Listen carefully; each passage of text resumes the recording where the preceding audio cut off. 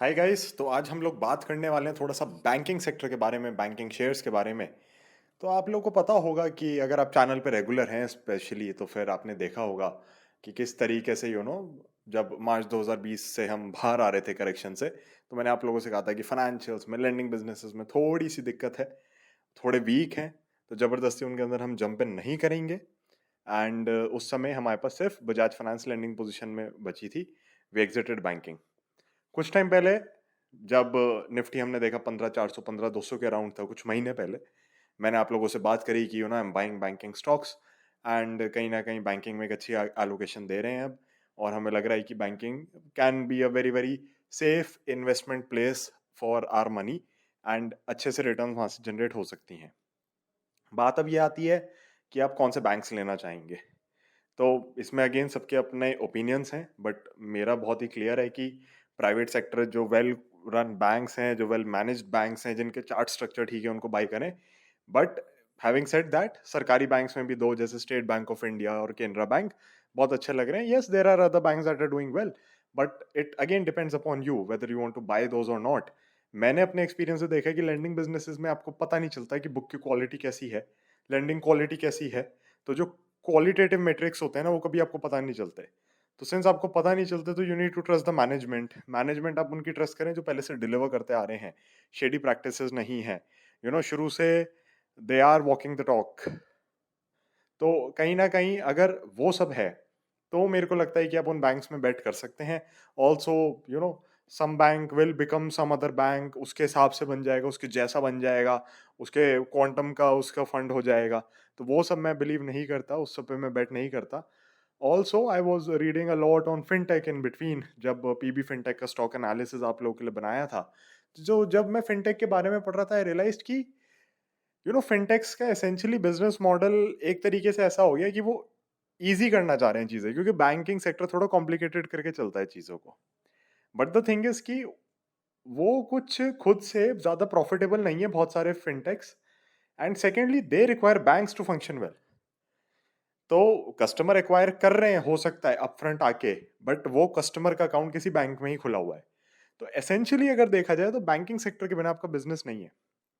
और फिनटेक्स की जब भी मैं स्टडी पढ़ता था, कोई सी भी रिसर्च रिपोर्ट पढ़ता था, तो it was so strange and so funny to see कि हमेशा वो एक्स बजाज फाइनेंस बताते थे अपना market share, because Bajaj Finance is so dominant in every field. मतलब बजाज फाइनेंस इनका मार्केट खा रहा है फिनटेक्स का भी बैठ के। So Bajaj Finance remains one of a top picks, उसमें कोई बात ही नहीं है। बैंकिंग सेक्टर में आप देख सकते हैं आपको क्या पसंद आ रहा है। प्राइवेट सेक्टर बैंक्स में जो बड़े बैंक्स हैं, मुझे उनके नाम बार बार लेने की जरूरत नहीं है, वो अच्छे लग रहे हैं। हमने चार्ट ऑफ द वीक में और कई जगहों पे बहुत सारे स्टॉक्स डिस्कस किए हैं। उसके बाद मैं सरकारी बैंक्स आपको बता ही चुका हूँ। Again, this is not an investment और अ ट्रेडिंग रिकमेंडेशन।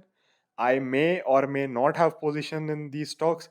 जब तक आप मेरे क्लाइंट नहीं है मनी क्राफ्ट के अंडर, विच इज में सेबी आ रहा है फर्म, तब तक मेरी कोई रिस्पॉन्सिबिलिटी नहीं बनती आपका पैसा मैनेज करने की, आपको एडवाइस करने की। तो प्लीज़ ध्यान रखें इस चीज़ का कि मैं आपको एडवाइस नहीं कर रहा हूँ, but what I am trying to tell you is what I am seeing in the market. And कहीं ना कहीं अगर आप इससे बेनिफिट कर सके, तो सोने पे सुहागा। तो अल्टीमेटली बैंकिंग सेक्टर में मेरे ख्याल से आप लोग की नज़र होनी चाहिए। बैंक निफ्टी भी अपनी रेजिस्टेंस पे, कहीं ना कहीं वहीं कहीं पे, बहुत टाइम से। तो बैंक निफ्टी भी कोशिश कर रहा है कि अच्छा परफॉर्म करें। अब ऑफ कोर्स हाई चांसेस है कि जब तक ये पॉडकास्ट लाइव हो, तब तक बैंक निफ्टी अपनी रेजिस्टेंस कट कर गया हो। बट आपने ये जरूर देखा है कि बैंक निफ्टी अपनी रेजिस्टेंस पे बहुत बारी टकराया।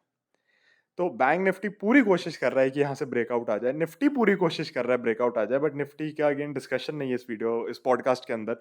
वीडियो बोलने की आदत हो गई है मुझे। तो मैं आप लोगों से यही कहना चाहूंगा कि बैंकिंग सेक्टर में थोड़ी आपको अब मेरे ख्याल से अच्छे से एलोकेशन देने की जरूरत है। होता क्या है ना, देखो कुछ कुछ चीजें कभी कभी चलती हैं मार्केट में, तो अगर आप सही जगह पे हो और लग रहा है हमें लंबी रैली है यहाँ पे, तो मेरे ख्याल से आपको उसको एंजॉय करना चाहिए। ऑल्सो रिस्क रिवॉर्ड आपके बहुत फेवर में है। Again, have your stop losses, have your discipline, no questions about it, no compromises on that. But apart from that, I would say good picks in the banking sector can make a lot of returns in the coming 2 से 3 से 4 years. But again depend करेगा कि वो किस तरीके से चलते हैं, क्या होता है। एंड हमेशा की तरह अगर मार्केट बदलेगी, तो हम अपना ओपिनियन बदलेंगे, फिर वहां हमें बहस नहीं करनी। तो जैसे एक्सिस बैंक की अगर मैं बात करूं, मार्केट ने बहुत अच्छे से इसका ब्रेकआउट दिया।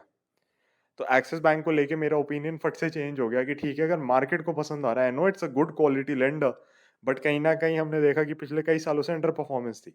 बट अगर अब मार्केट को पसंद आ रहा है एक्सिस बैंक, तो व्हाई नॉट। तो कहीं ना कहीं ये चीजों का आपको ध्यान रखना पड़ेगा। Apart from this, I have nothing much to add in this podcast, but banking sector पे आपकी नजर होनी चाहिए एंड बैंकिंग सेक्टर के स्टॉक्स पे आपकी नजर होनी चाहिए। आप मुझे कमेंट सेक्शन में जरूर बताएं what all banking sector stocks you have in the portfolio and आप कौन से और लेना चाह रहे हैं, and I will try to get back to you guys.